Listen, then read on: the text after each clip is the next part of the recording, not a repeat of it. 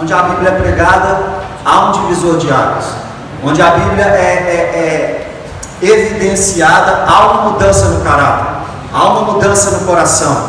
Se ouvirmos uma palavra de Deus, se ouvirmos uma pregação e não há mudança, não há transformação, nós ou o coração estava fechado ou não ouvimos a verdadeira palavra de Deus. Mas eu creio que aqui nós iremos ouvir hoje a verdadeira palavra de Deus. E eu tenho certeza que nós seremos transformados. A fé vem por ouvir a palavra. E hoje nós vamos ouvir a palavra. Como vocês têm ouvido aí diretamente todos os cultos, eu tenho certeza disso. O versículo 8 começa assim: finalmente. Por que finalmente? O apóstolo Pedro, ele vai concluir um pensamento que ele está dizendo. O versículo, capítulo 2, aqui eu posso observar, olha, vocês já estudaram, deveres para com os não crentes e para com as autoridades, deveres dos que prestam serviços a outros. Semana passada vocês estudaram então deveres dos casados. Ele vai concluir agora os seus conselhos sobre relacionamentos. Irmão, se tem um lugar na vida do crente que está todo errado, todo enrolado, cheio de problemas, cheio de dificuldades, são os relacionamentos. Nós entramos em uma bolha e não sabemos mais nem conversar com o outro. Nós entramos em uma vida tão individualizada, uma vida tão online, uma vida tão na internet, de superficialidade, que quando nós encontramos um irmão, nós nem sabemos cumprimentar o irmão, nós não sabemos conversar com o irmão, nós não sabemos qual é a nossa obrigação como patrão, nós não sabemos a nossa obrigação como funcionário, nós não sabemos a nossa obrigação como marido, nós não sabemos a nossa obrigação como esposa. Então o apóstolo Pedro, assim como o apóstolo Paulo em Efésios, também vai nos ensinar a voltar, a valorizar os relacionamentos. E agora, a partir deste versículo 8, ele vai concluir os seus conselhos, a ideia que ele tem de relacionamento, ele vai concluir. E o que eu vou falar aqui agora, principalmente no versículo 8 e 9, não é um pedido. Pedro não vai pedir o que eu vou falar aqui agora. Tudo que a Bíblia escreve, tudo que está escrito na Bíblia são exigências para o cristão. Pedro está dizendo: se vocês são cristãos da dispersão, lá no capítulo 1, versículo 1, se vocês verdadeiramente entenderam o caminho do Senhor, então esta carta é para ser observada, aprendida e aplicada. Tudo que nós vamos falar aqui hoje, principalmente no 8 e no 9, não é opcional. Ou você é um cristão com essas características, ou não é cristão. Ou você está se enganando, passando o tempo. Mas se você se encontrar no versículo 8 e versículo 9, glória a Deus por isso, e Deus está sendo glorificado na sua vida. Mas se não, a partir de hoje pode ser uma excelente oportunidade para você valorizar de fato os seus relacionamentos e andar por essas ruas dos seus bairros, da sua cidade, como um cristão verdadeiro. Finalmente, sede todos de igual ânimo. Eu tenho que ser animado igual meu irmão do lado? Não é isso que ele está falando. Finalmente, sejam todos de igual ânimo. Ele está dizendo: tenham todos a mesma opinião, olhem todos para o mesmo foco, olhem todos para o mesmo objetivo. Irmão, hoje a coisa mais difícil que nós temos o que é mais difícil na igreja hoje é encontrar pessoas que pensam iguais. Existem uma linha dos calvinistas, existem as linhas dos arminianos. Quando nós vamos falar dos fins dos tempos, do final de todas as coisas, existe aqueles que acreditam que a igreja não passa pela grande tribulação. Existe aqueles que acreditam que a igreja passa pela grande tribulação. Existem aqueles que acham que o milênio de Apocalipse 20 é literal. Existem aqueles que acham que o milênio de capítulo 20 de Apocalipse não é literal. Existem pessoas que acham que o rico e o Lázaro foi uma parábola. Existem pessoas que acham que a história do rico e Lázaro não é uma parábola. Nós temos muitas linguagens na Bíblia, e por termos muita linguagem na Bíblia, existem formas de interpretar a Bíblia diferentes. Eu não posso condenar um irmão que pensa diferente de mim de um texto de herege. Existe o herege e existe o erro teológico. Existe aquele que deturpa a Escritura, mas existe aquele que só interpretou a Escritura de uma forma diferente. Nós temos hoje um lado, a ala dos reformados, nós temos a ala dos pentecostais e nós temos a ala dos neopentecostais. Nós temos igreja para todo tipo de pessoa. Nós temos culto para todo tipo de pessoa. Se você é mais fervoroso, tem o culto da libertação. Se você é mais reformado, tem o culto do ensino da palavra. Se você quer cura, hoje ainda tem até a noite de milagres. Se você quer uma coisa, você tem. Se você quer outra coisa, você tem. Porém, o apóstolo Pedro está nos ensinando a pensarmos de forma igual, a termos o mesmo ânimo. Como resolver isso? Do que Pedro está dizendo? Pedro está dizendo de uma multiforme graça ou de uma graça uniformizada? Pedro está dizendo que todos têm que crer da mesma forma, ou Pedro está dizendo que existe um ponto, que pelo menos esse ponto tem que ser em comum? Nesse texto, nesse versículo, Pedro está dizendo que existe um pensamento, uma fé que tem que ser comum entre todos os crentes: a fé em Cristo Jesus, a fé da salvação pela graça através do sacrifício de Jesus Cristo. Irmãos, se vivemos uma vida de obras, nós não somos cristãos. Se vivemos uma vida onde a salvação depende de mim e depende do que eu faço, isso é qualquer coisa menos evangelho. Se a minha vida está pautada naquilo que eu realizo ou que eu deixo de realizar, é tudo menos graça, pois graça é algo que nós nunca vamos merecer. A salvação na nossa vida é graça desde o início, durante e desde a consumação de todas as coisas. Ele nos chamou pela sua maravilhosa graça, Ele nos justificou pela sua maravilhosa graça, Ele está nos santificando pela sua maravilhosa graça, e Ele um dia irá nos glorificar pela sua maravilhosa graça. A vida do cristão tem que ser do início ao fim pautada pela fé em Cristo Jesus. Se você é um cristão pentecostal, se você é um cristão reformado, se você é um cristão de um jeito, se você é um cristão de outro jeito, se você não dá aleluia, se você só sabe que dá glória a Deus, isso aí é pequeno em relação àquilo que nós temos que ter em comum. Irmão, se a gente não pensar assim, a gente parte para o extremo, a gente parte para o radicalismo. Pedro está dizendo: tenham o mesmo ânimo, pensem naquilo que é importante, pensem de forma igual. As coisas secundárias que não ferem a Bíblia, que não ferem a doutrina, são passíveis de conversa, são passíveis de diálogo, são passíveis de debate.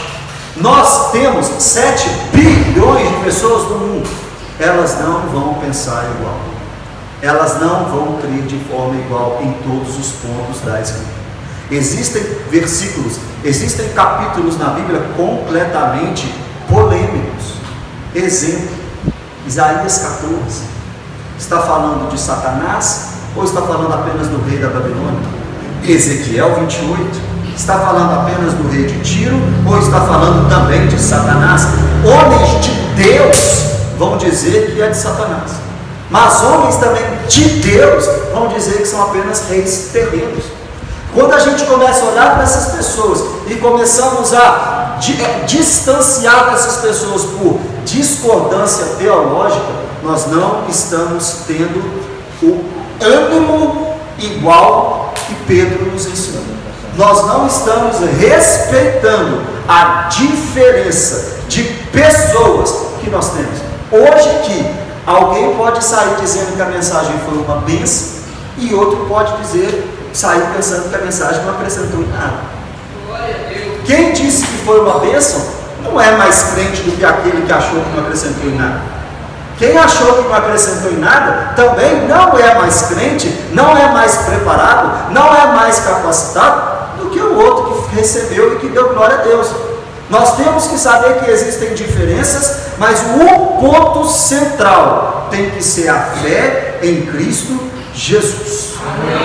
Amém? Deu para entender? Romanos capítulo 14. A nossa fé, o reino de Deus, não é comida nem bebida, é justiça, paz e alegria no Espírito Santo. Vamos continuar. Sejam todos de igual ânimo. Lembra que eu falei com vocês que não é opção? Isso aqui não é opcional. Isso aqui é uma exigência.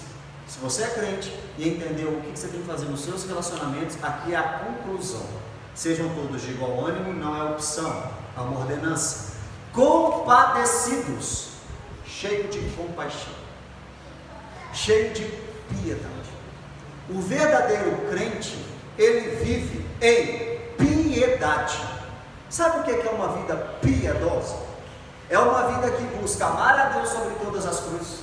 É uma vida que busca santidade a Deus em todos os momentos.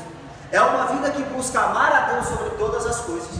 É uma vida que busca compreender e respeitar. Ouça, ó Israel, o Senhor teu Deus é o único Senhor. Amarás, pois, o Senhor teu Deus de todo o teu coração, de toda a tua alma e de toda a tua força. Jesus ainda acrescenta de todo o teu entendimento. Essa é uma vida piedosa, parte A.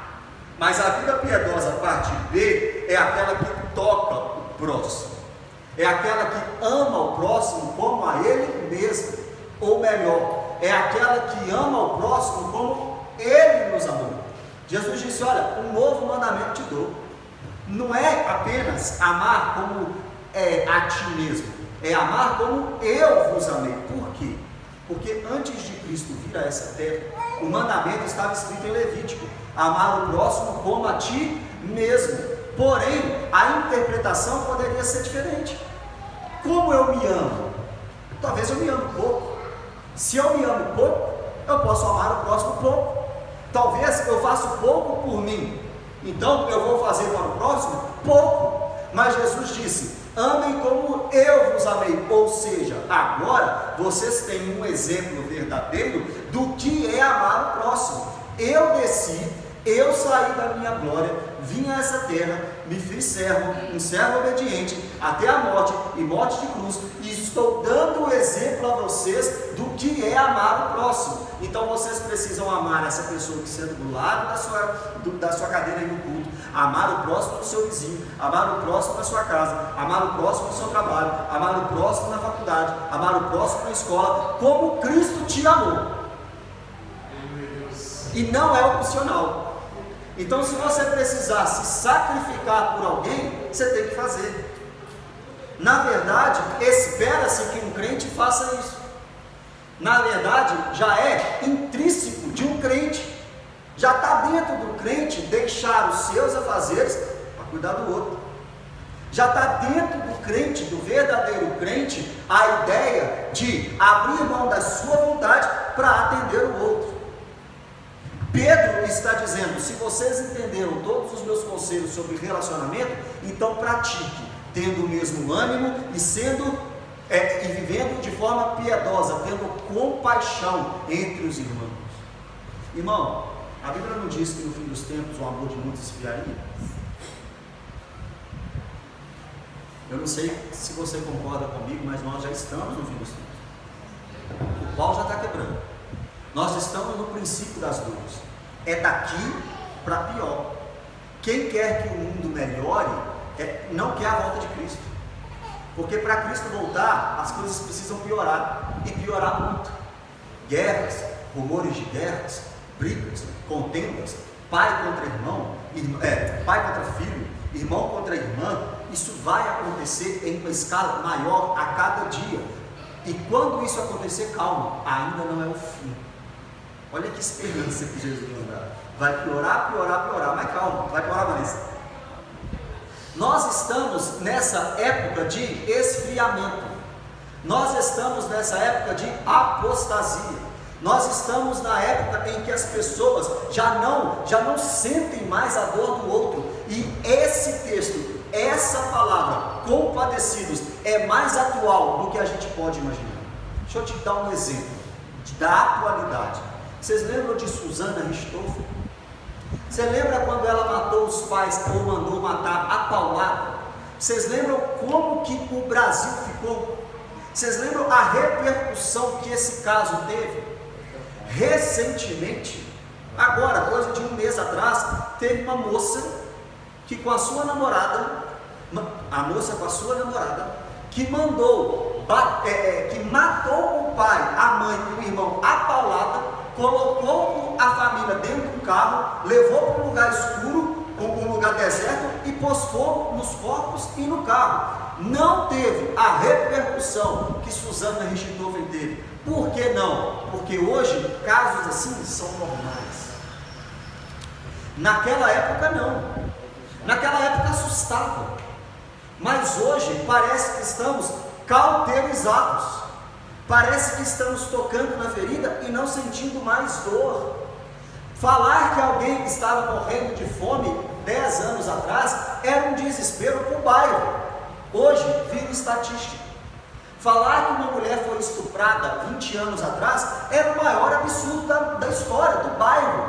Hoje é apenas mais uma, infelizmente. E por que isso acontece? Porque a compaixão e a piedade estão se esgotando, está acabando. As pessoas não estão amando umas às outras mais. Se você é um crente, compaixão, compadecer é uma obrigação, mas também é uma qualidade do verdadeiro crente. Olha o próximo: fraternalmente amigos. Fraternal vem de quê? Irmãos. Um irmão e um irmão, eles têm um amor fraternal. Pedro está dizendo: se vocês entenderem todos os ensinamentos sobre relacionamento, vocês precisam ter uma proximidade e um amor de irmãos. Irmão, cá para nós, será que nós estamos assim? Será que eu sou próximo do Henrique como um irmão é próximo de um irmão? Será que eu amo o Edgar como eu amo a minha irmã de sangue? Será que eu tenho amor pelos membros da minha igreja como eu amo os membros da minha família? Lembra quando Jesus estava em um lugar, chegaram para ele e falaram: olha, sua mãe e seus irmãos estão ali fora. O que ele disse? Minha mãe e meus irmãos estão ali fora, não estão aqui dentro. É porque minha mãe e meus irmãos são aqueles que fazem a vontade do meu Pai. Irmão, deixa eu te explicar um negócio. Você tem sua família lá fora, é claro que você tem. Você tem sua mãe, você tem seu pai, você deve amá-los. Mas você precisa amar os irmãos daqui da mesma forma que você ama eles. Porque esse corpo aqui é a sua verdadeira família, a família de Deus. Vocês e eu, nós somos irmãos em Cristo. Se eu dou tudo para o meu irmão lá em casa, se eu faço tudo para minha esposa, mas aqui eu não consigo dar a paz do Senhor para o irmão, eu sou hipócrita. E ao contrário também é verdade. Se eu sou uma bênção dentro da igreja, mas um demônio em casa, eu também sou hipócrita. Pedro está dizendo que eu tenho que sentir pelo meu irmão da igreja uma proximidade e um amor, como se ele fosse da minha família de sangue. Mateus, mas como fazer isso se eu cresci com o meu irmão e esse irmão eu conheci há 5 meses? Romanos 5,5. O amor de Deus é derramado em nós através do Espírito Santo. Uma das características do fruto do Espírito é o amor. Quando você diz que você não tem amor pelo seu próximo, quando você diz que você não consegue amar alguém da igreja, você está dizendo que você não tem o Espírito Santo.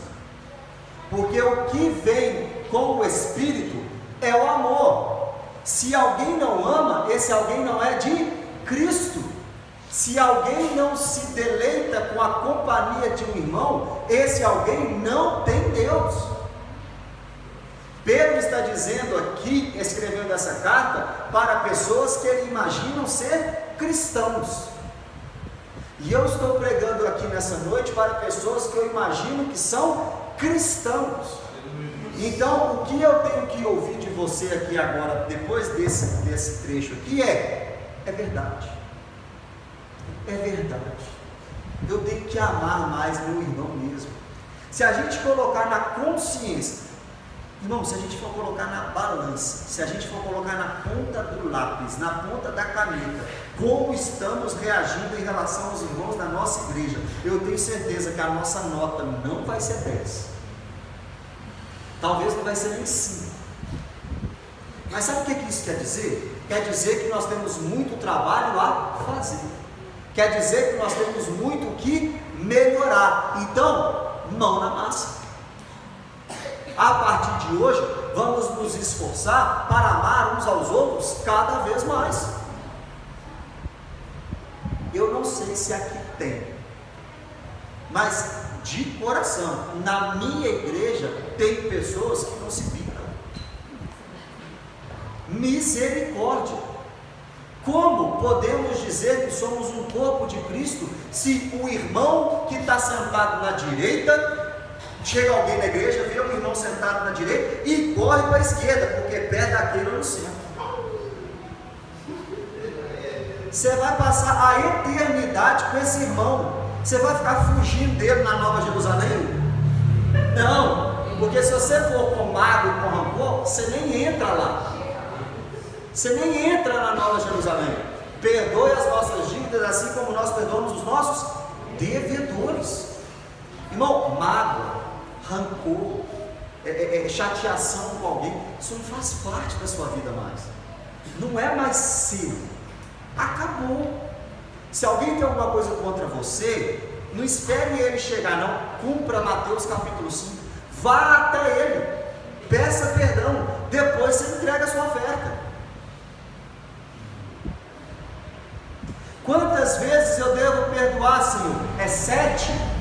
Eu não te digo 7, eu estou te dizendo por dia, 70 vezes 7. Isso é ter um sentimento fraternal entre amigos. É meu amigo, porque não é o meu irmão de sangue, mas eu o amo como irmão, porque ele faz parte da minha verdadeira e eterna família.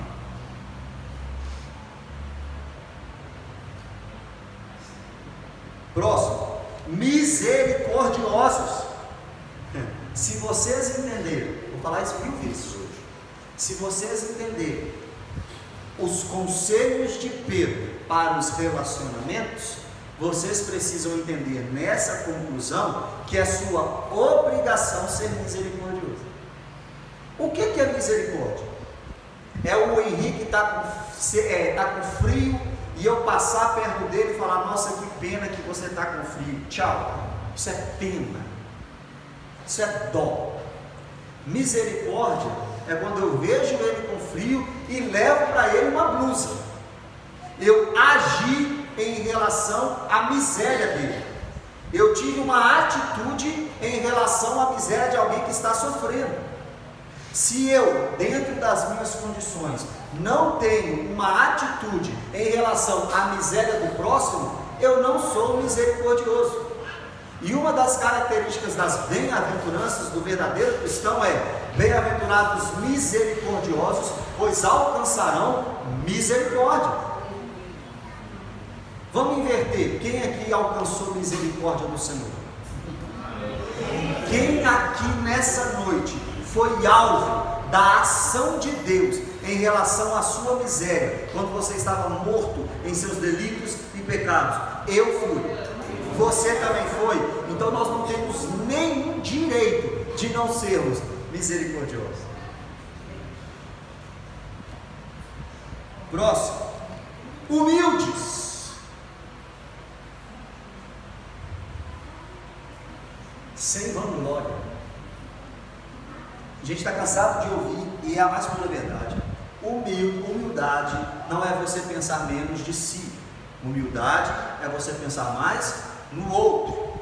Quando você só pensa em você, você começa a se exaltar. Quem começa a pensar só em si, começa a pensar dele aquilo que não é verdade. Quando você pensa muito em você, você vai ou aumentar as suas qualidades, enfatizar as suas qualidades, ou enfatizar os seus defeitos. Se você for para o defeito, enfatizou o defeito, você está errado. Se você enfatizou as qualidades, você também está errado. Talvez você pense que é humilde, porque você pensa só em si e nas suas misérias, nos seus defeitos. Só que você está sendo egoísta e não está sendo humilde do mesmo jeito. Porque o humilde verdadeiro sabe quem é, mas desce ao patamar de quem não é. Mas também sai do seu patamar de que não é para igualar a quem é. Posso traduzir? Se você é pobre e está vendo alguém rico, você vai amar o rico mesmo sendo pobre.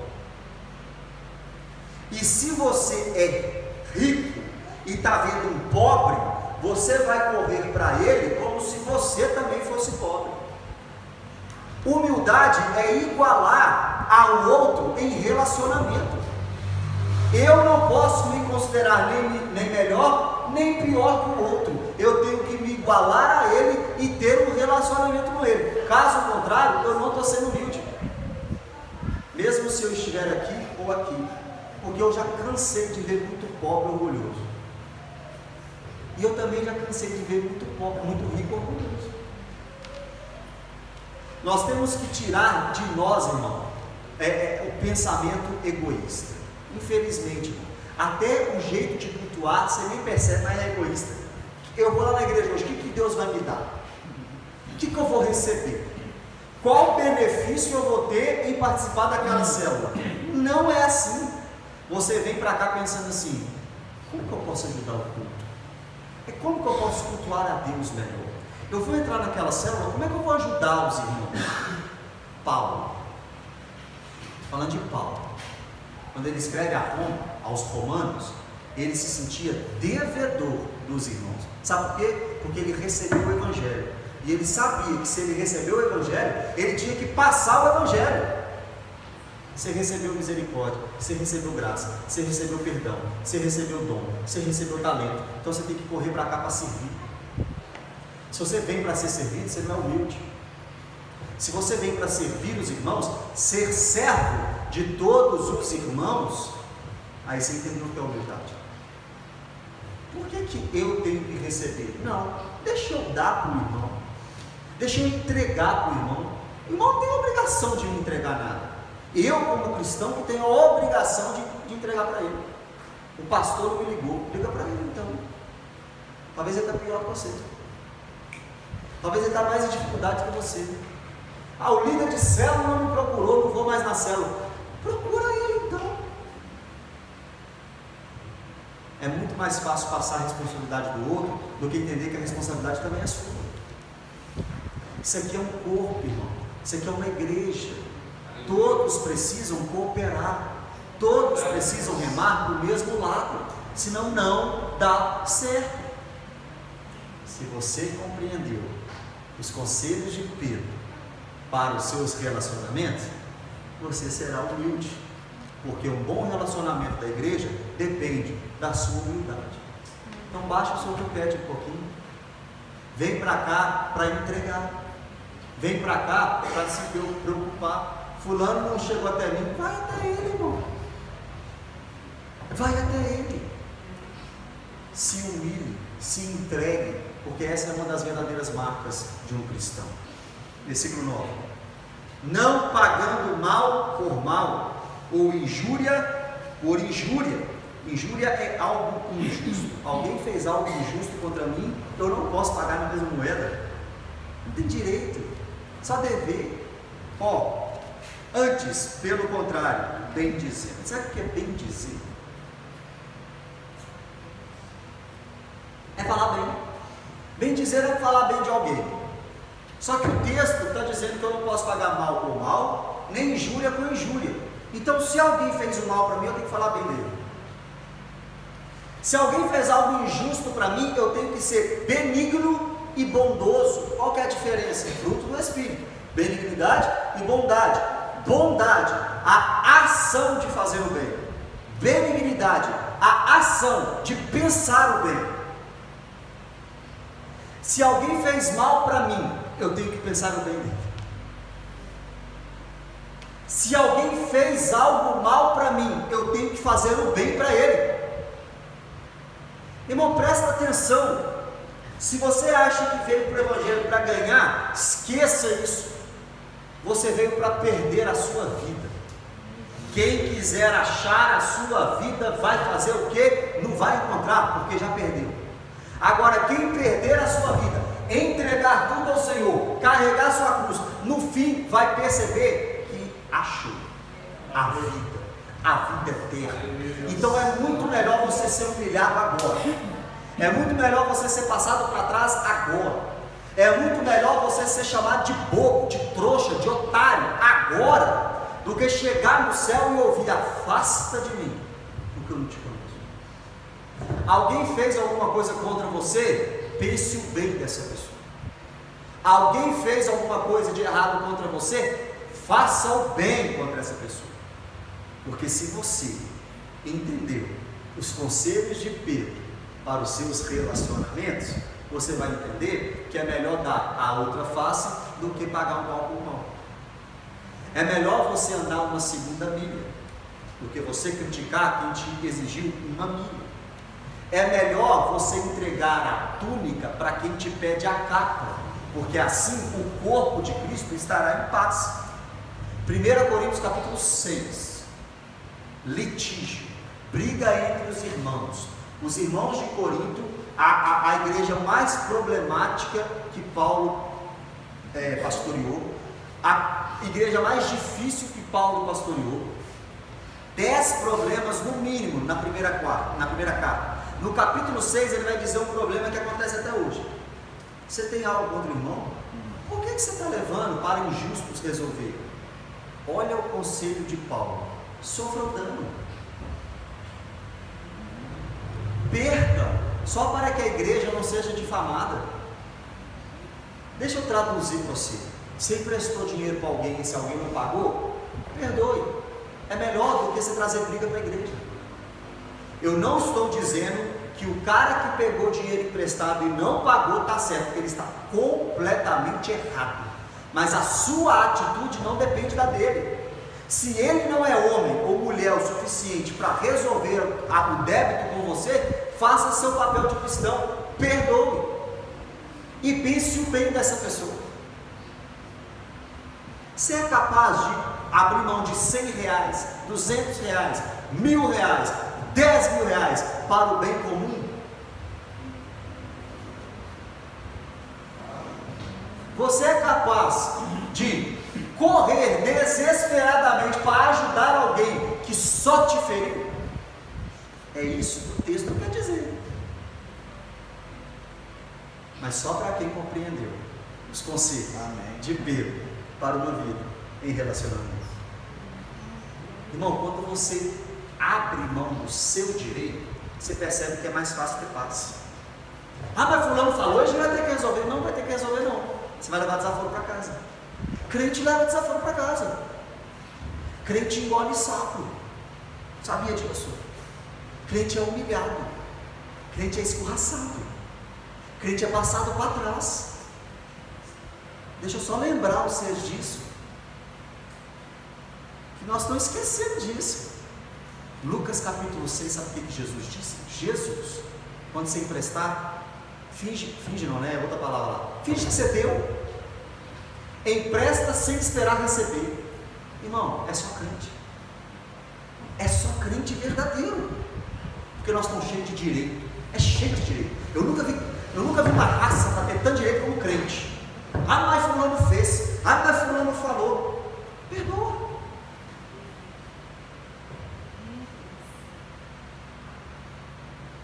Bendito. Tem até aquela história, né? Disse que o cara não falava mal de ninguém. Aí começou a falar assim: você lembra de Hitler? Aí o cara não falava mal de Hitler. Você lembra de Stalin? Aí o cara não conseguia falar mal de Stalin. Você lembra do Lula? Aí o cara não conseguia falar mal do Lula. Aí chegou o cara e falou assim: que é isso, velho? Mas o diabo? Não, mas o diabo é persistente, né? Porque até hoje ele tenta destruir minha vida, mas não consegue. Nem do diabo o cara falava mal. Eu queria ser assim, mas eu ainda falo mal dos outros de vez em quando. Eu ainda penso mal dos outros de vez em quando. Eu ainda prefiro priorizar no meu pensamento o defeito de caráter da pessoa do que a qualidade que ela já está demonstrando. Irmão, tem gente que vem para a igreja e acha que aqui só tem gente perfeita. Ah, eu vou para a igreja e agora vai ser meio maravilha. Irmão, aqui é um monte de gente em reforma. Em reforma o tempo todo. Em reforma o tempo todo. Enquanto tem duas obras, uma na frente da outra, será que o barulho é tranquilo? Não é não.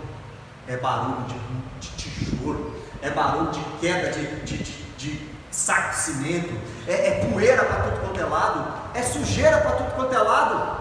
Mas na hora que o edifício ficar pronto, na hora que o outro edifício ficar pronto, um vai olhar para o outro e vai falar assim: glória a Deus, foi Deus que fez isso na sua vida aí. Você não era capaz de fazer isso não. Então espera a obra terminar em mim, espera a obra terminar no seu, espero. Aí a gente vai caminhando. Não estou dizendo para passar a mão na cabeça de gente que está errando. Existe a disciplina na igreja. O que eu estou dizendo é o pensamento que nós temos em relação ao irmão. Né? Ou não? Bem dizendo: pois para isso que fostes chamados. Um dos textos mais lindos que eu gosto na Bíblia é o Sermão do Monte, Mateus 5, 6 e 7. Lá, Jesus está nos ensinando contra o homicídio, que não é só matar. Se eu pensei mal de alguém, eu já sou um assassino. A gente gosta de criticar quem? Pedrinho matador. Qual que é o outro? Eu gosto de. Sabe por que eu gosto de exagerar nos exemplos? Só para você entender o que um homem é capaz de fazer sem Deus. Pedrinho matador, o maníaco do par. Nós somos prontos para julgar esses caras. Só que talvez você já matou muito mais pessoas que eles. Se você brigou, achou que alguém é indigno, ou seja, chamou de tolo, chamou de raca. Se você achou alguém indigno de qualquer coisa algum dia, você é um assassino.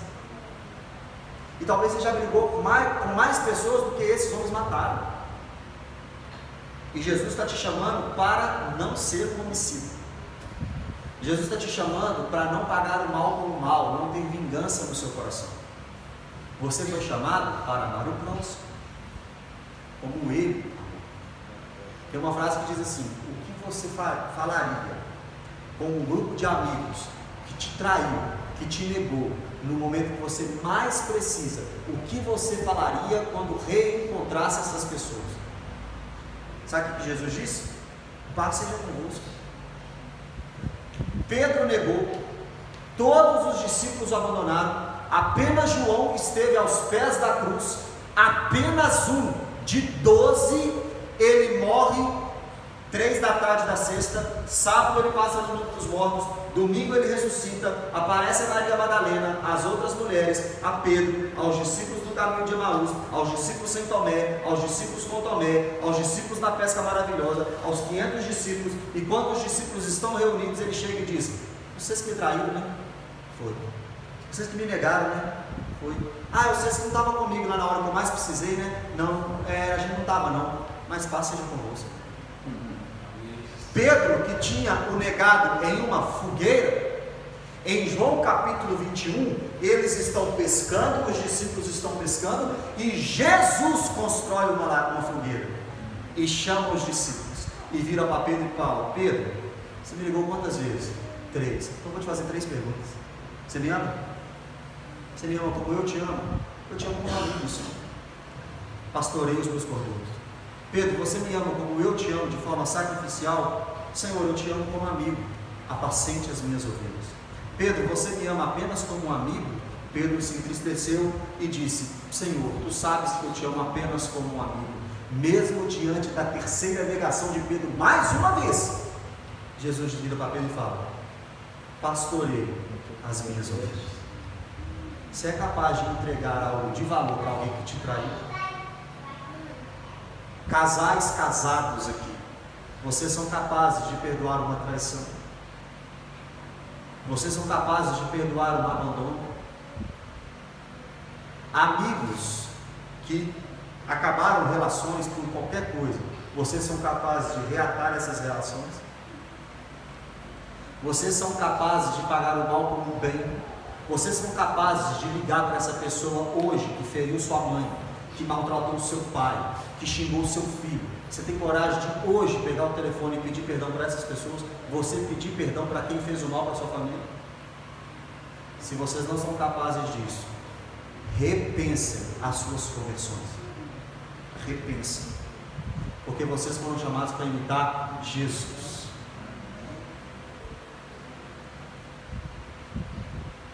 Para isso vocês foram chamados. A fim de recebestes bênção por herança. Sabe como o interesseiro lê isso aqui? Uai, então eu vou fazer. Porque tem uma herança. Então, se eu tiver algum ânimo, compadecido, fraternamente amigo, misericordioso, humilde, pagar o mal com o bem, imitar a Jesus, eu vou receber uma herança. Então, é um bom negócio, compensa. O que eu vou ganhar? É um carro? É uma casa? Essa é a herança. É a herança no capítulo 1, versículo 3 e 4. A vida eterna, sem mácula, sem mancha, imarcessível. É aquele lugar que Jesus, em João 14, disse: preocupa não. Vocês estão preocupados? Não turba o vosso coração não. Credes em mim, credes também no Pai. Na casa de meu Pai há muitas moradas. Se não fosse assim, eu não teria dito para vocês que eu ia preparar lugar. A herança do cristão é a vida eterna. Irmão, uma mensagem, esse trecho da mensagem acaba com os interesseiros. Você não vem para cá para ganhar coisa terrena, irmão.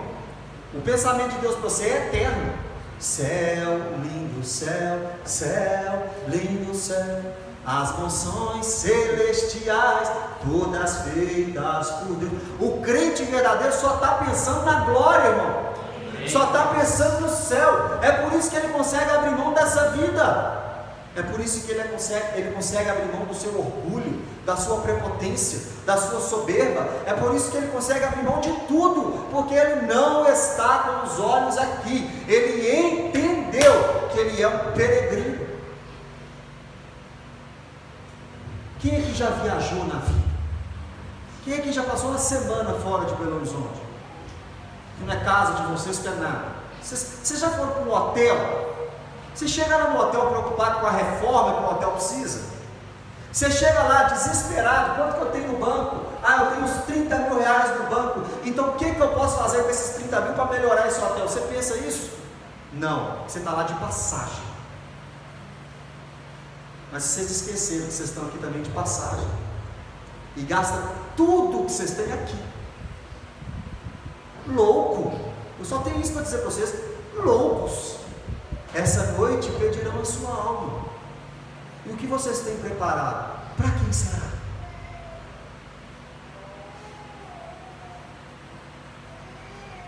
Versículo 10, 11 e 12. Pedro, um exímio estudioso do Antigo Testamento, vai repetir alguns trechos do Salmo 34. O salmo que Davi escreveu quando fugia de Saulo. Vamos lá. Pois quem quer amar a vida e viver dias felizes, o que é amar a vida? Pedro acabou de falar de quê aqui, irmão? De uma herança no céu. De que vida que ele está falando? Da vida eterna. Se vocês querem já começar a viver a vida eterna agora, irmão, deixa eu só falar para vocês um negócio. Quem sofre muito aqui na vida, não precisa levantar a mão, mas quem sofre muito na vida, quem tem situações muito difíceis, complicadas na vida, está doido para esse mundo acabar. Eu sei que está. Está doido para ir para o céu. Só que deixa eu te falar uma coisa. Tem um jeito, e o único jeito, de você começar a viver a vida eterna aqui. Reinar em vida, como Paulo disse em Coríntios. Aqui. Mas vocês vão ter que obedecer o que nós vamos ler agora. Quem quer amar a vida e viver dias felizes, refreie a língua do mal.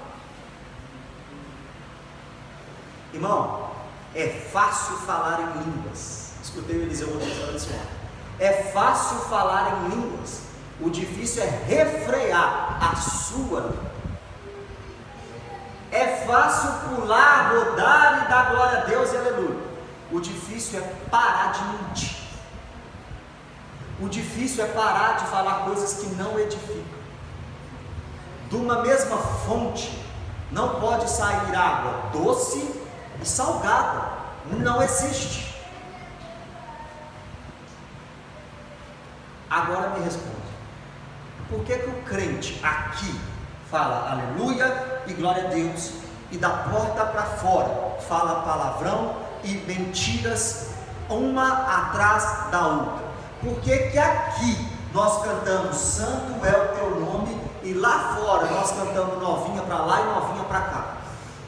Por que aqui nós cantamos músicas que glorificam o nome de Deus, e lá fora, no nosso carro, só toca música mundana e ímpia? Por quê? Se isso é pecado.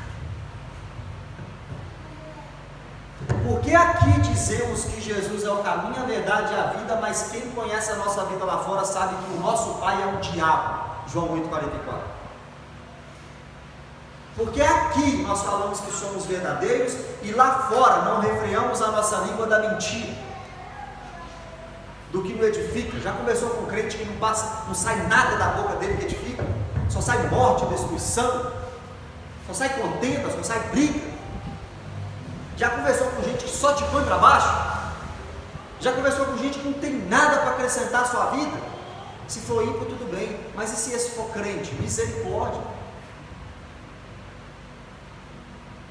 Só sabe pôr defeito. Ai, que dia lindo, né? É, mas tá chovendo. Irmão, eu sou assim. Ah, mas que dia lindo. É, mas que sol rachando. Nós vamos para o acampamento. É, mas diz que vai chover, né? Misericórdia. A gente só joga peso nas nossas palavras. Se a palavra tem poder, é esse o poder de entristecer uma pessoa. Até que isso aí até que vai, irmão. Você já viu o pior?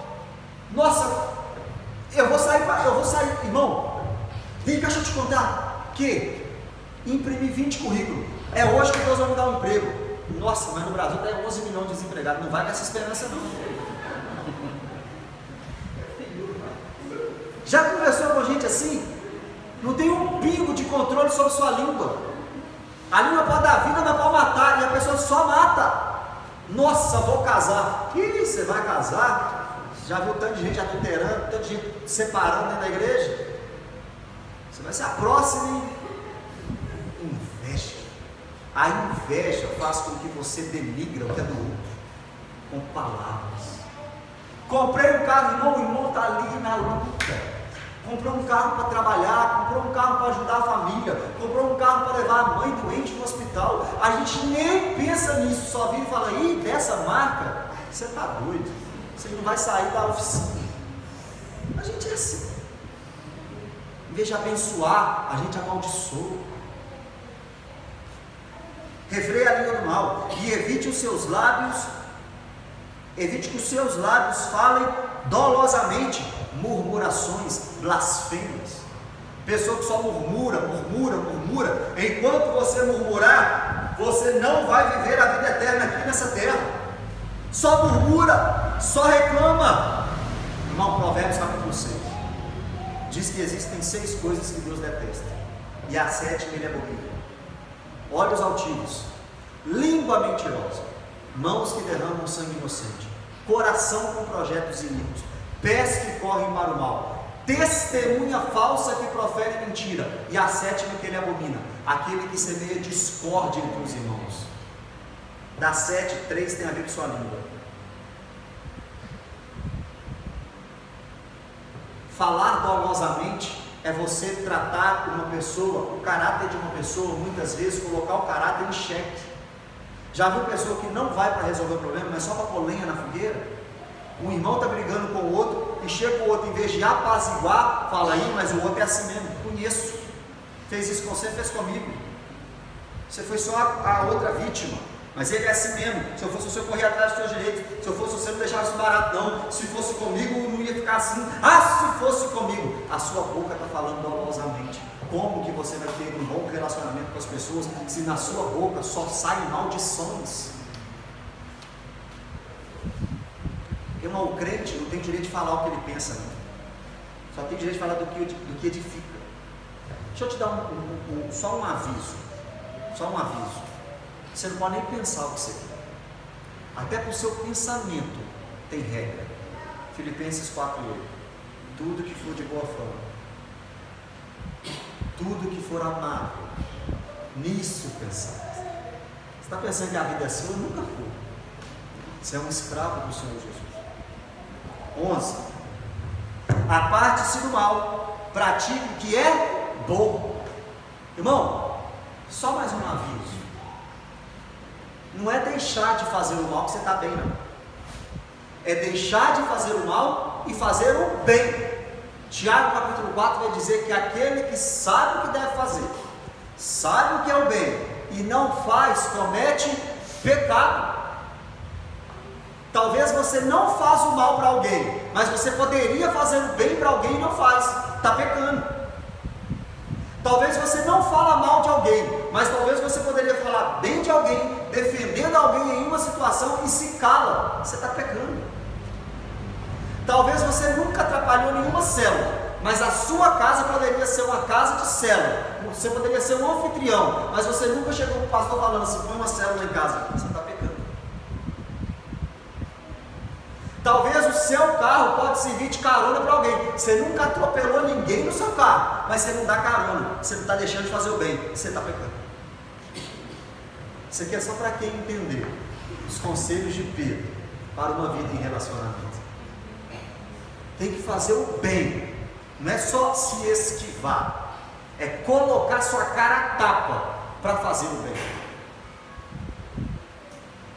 Busque a paz e empenhe-se por alcançá-la. Romanos 12:18 diz: se possível for, no que depender de vós, tenha paz com Deus.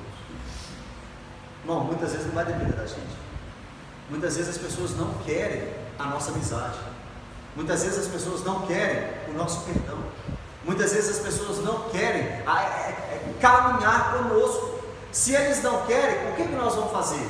Infelizmente não tem o que fazer. Mas nós precisamos, até a última gota do nosso sangue, tentar resolver todos os problemas que temos com as pessoas. No que depender de nós, nós temos que buscar ter paz. Como que eu busco ter paz? Perdoando. Não levando em conta as ofensas, não levando em conta as mágoas, não levando em conta o que as pessoas fazem com a gente. No que depender de mim, está perdoado, irmão. No que depender de mim, vamos caminhar junto, irmão. No que depender de mim, eu quero ser seu amigo, irmão. Sabe aquele negócio de eu perdoei, mas ele lá e cá? Se a pessoa mudou, se ela foi transformada e ela quer caminhar junto, nós temos que abraçar, seja qual for o crime, seja qual for o pecado, seja qual for o erro. Agora, se ele insiste em manter os seus erros e suas falhas, Paulo vai dizer que com esses a gente não deve nem sentar para comer. Mas se a pessoa se arrependeu verdadeiramente, é sua obrigação receber de volta. E foi isso que Cristo fez com você. 12 para a gente encerrar.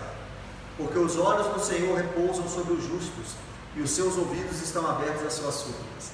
Sei que os teus olhos sempre atentos permanecem, e os teus ouvidos estão sensíveis para ouvir meu clamor. Bíblico, é bíblico. Deus atende, Deus ouve, Deus é um Deus de perto, Deus está com você, Deus caminha ao seu lado, Deus sabe as suas necessidades, Deus sabe as suas dores, Deus sabe os seus problemas, Ele sabe que você precisa comer, beber e vestir.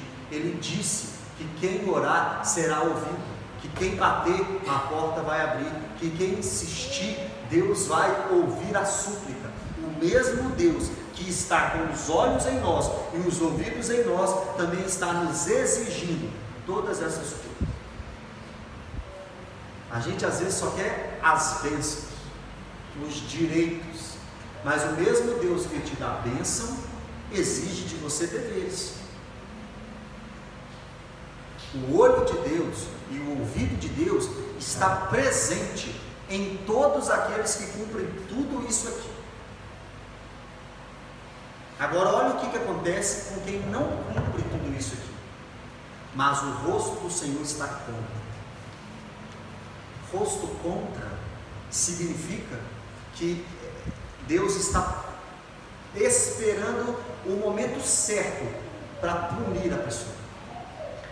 Virar o rosto, quando Deus vira o rosto, Ele está pronto para derramar sua punição, sem um pingo de misericórdia. É como se Cristo na cruz, quando estivesse dizendo: Eloi, Eloi, lama sabachthani, Deus meu, por que me desamparaste? É como se Deus tivesse virado as costas para Cristo e derramado toda a sua ira em Cristo.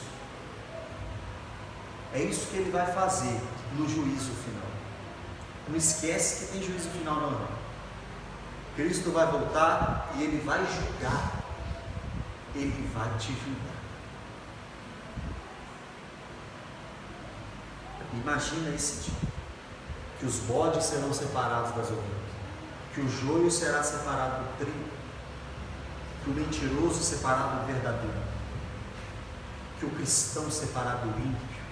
Malaquias, mais uma vez, fará a diferença entre o justo e o ímpio, entre o que busca e o que não busca Deus.